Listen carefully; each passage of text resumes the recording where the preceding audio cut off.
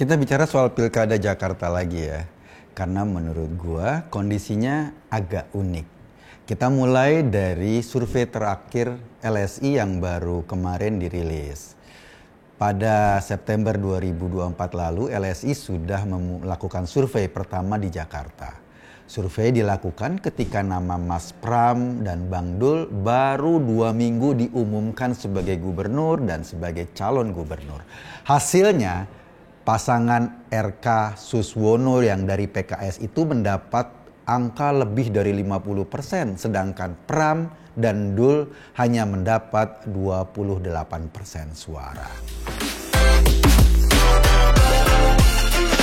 3 minggu setelah itu, giliran lembaga Carta Politika yang merilis hasil surveinya. Hasilnya ada peningkatan untuk pasangan Pram dan Dul. Dari 28% naik menjadi 36%. Sementara suara RK dan Suswono dari PKS itu turun menjadi 48%. Setelah itu digelarkan debat kandidat di DKI yang disiarkan secara langsung di TV-TV. Banyak orang menilai penampilan Mas Pram ketika menjelaskan program-programnya saat debat tersebut sangat realistis. Sementara RK dan Suswono dari PKS itu cenderung menyampaikan program-program atau hal-hal yang bombastis. Publik menilai RK memang hanya sedang kampanye belaka, menjanji-janjikan sesuatu. Maksudnya cuma ngomong besar tanpa memikirkan bagaimana bisa merealisir janjinya itu nanti ketika dia duduk sebagai gubernur. Misalnya orang tahu masalah Jakarta kan kemacetan ya.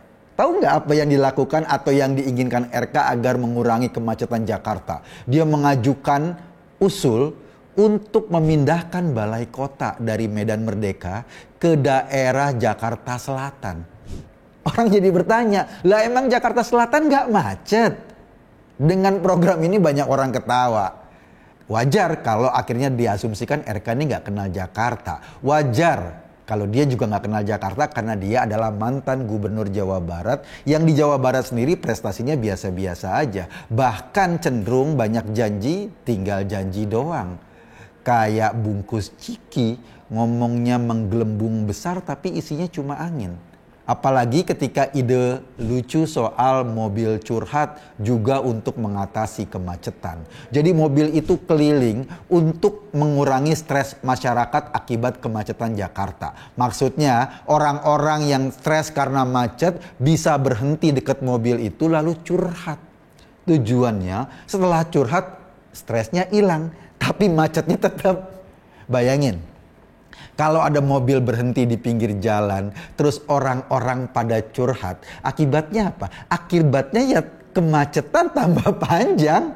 2 orang yang curhat, macetnya bertambah 2 kilo, ratusan orang tambah stres jadinya. Orang Jakarta kemudian membandingkan dengan apa yang disampaikan Mas Pram dan Bang Dul.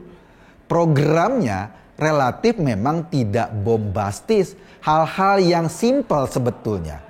Untuk mengurangi kejahatan, dia punya program pasang CCTV di tiap RT. CCTV itu juga otomatis butuh wifi gratis.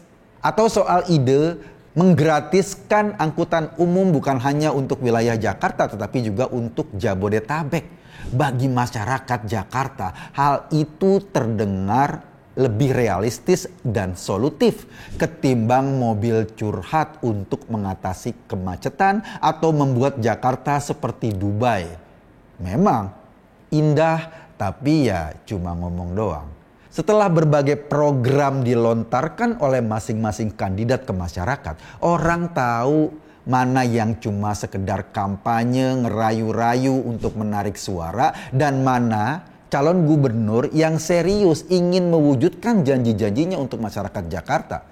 Jangan heran, ketika survei dilakukan 2 minggu lalu oleh LSI lagi, angkanya berubah signifikan. Mas Pram dan Bang Dul jadi 41%, sementara angka buat RK dan Suswono dari PKS tinggal 37%. Mas Pram dan Bang Dul terus naik, RK Suswono terus turun. Tapi kayaknya sih bukan hanya respon publik terhadap program-program kandidat yang membuat perubahan angka signifikan itu. Bagi RK, rasanya juga support elit kelihatannya kok makin ogah-ogahan, makin berkurang. Bahkan tidak menggambarkan bahwa RK didukung oleh 48% partai-partai di DKI ini atau di DKJ. Kenapa kayak gitu? Sebetulnya simpel. RK dianggap punya ambisi besar dalam karir politik. Ia rela melompat-lompat partai untuk mobilisasi vertikal. Orang kan juga tahu keputusan RK masuk Golkar kemarin karena di situ ada peluang dia mau jadi wapres. Begitupun pilihannya pindah dari Gubernur Jabar sekarang maju ke Jakarta. Incarannya dia ingin jadi kayak Jokowi, abis dari Jakarta pindah atau boyongan ke Istana Negara. Bayangin dalam kondisi psikologis kayak gitu, apa yang menjadi pertimbangan Prabowo misalnya untuk mendukung RK. Jika justru RK nanti bisa menjadi pesaingnya, bisa menjadi ancaman buat dia. Begitupun misalnya apa yang dirasakan Pak Jokowi atau dikhawatirkan Pak Jokowi ketika RK jadi gubernur Jakarta. Kita tahu dong, sekarang fokusnya Pak Jokowi adalah memikirkan masa depan politiknya Gibran. Sekarang posisi Gibran sudah menjadi wakil presiden terpilih. Tinggal selangkah lagi dia bisa naik menjadi presiden. Nah, kalau RK berpikirnya setelah di Jakarta maka dia punya kesempatan untuk bertarung memperebutkan kursi presiden atau kursi wakil presiden, kan dia jadi ancaman buat Gibran. Artinya bagi dua elit politik ini, Prabowo maupun Jokowi, RK justru ancaman. Kalau dia jadi gubernur di Jakarta, potensi RK dengan karakternya seperti itu pasti tidak membuat Prabowo atau Pak Jokowi nyaman. Jadi pertanyaannya, alasan apa mereka harus mendukung RK sekarang? Kondisi elit yang adem-adem itu yang sekarang juga saya rasa dirasakan oleh timnya RK. Nggak ada support serius dari elit politik, nggak ada support logistik yang memadai. Akibatnya mau bikin kegiatan jadi keleleran, timnya jadi berantakan. Suasana sebaliknya terjadi di kondisinya Mas Pram dan Bang Dul. Kita tahu 10 tahun Pramono Anung duduk sebagai Menteri Sekretaris Kabinet. Posisi itu membuat Mas Pram dikenal sebagai hub atau sebagai penghubung dari berbagai kepentingan politik elit. Apalagi karakter politiknya Mas Pram yang memang tidak bermusuhan atau tidak menciptakan musuh dengan siapapun.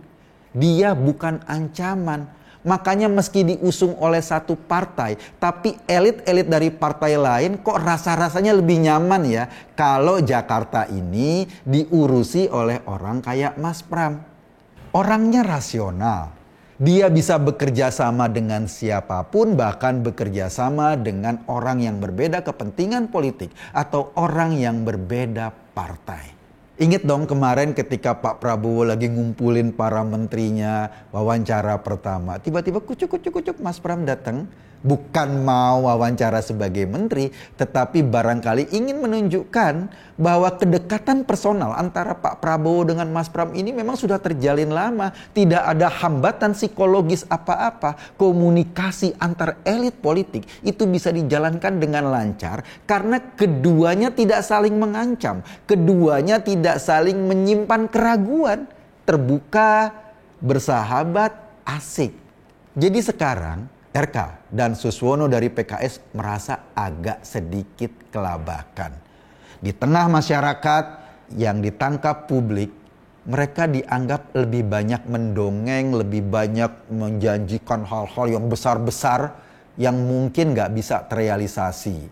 Sementara dari kacamata elit politik, RK ini dianggap ancaman. Di masyarakat dianggap pendongeng, di atas elit politik dianggap ancaman. Wajar kalau akhirnya angka surveinya melorot terus kayak sarung yang gak kenceng ngiketnya. melorot, dan kalau sudah melorot bikin orang ilfil.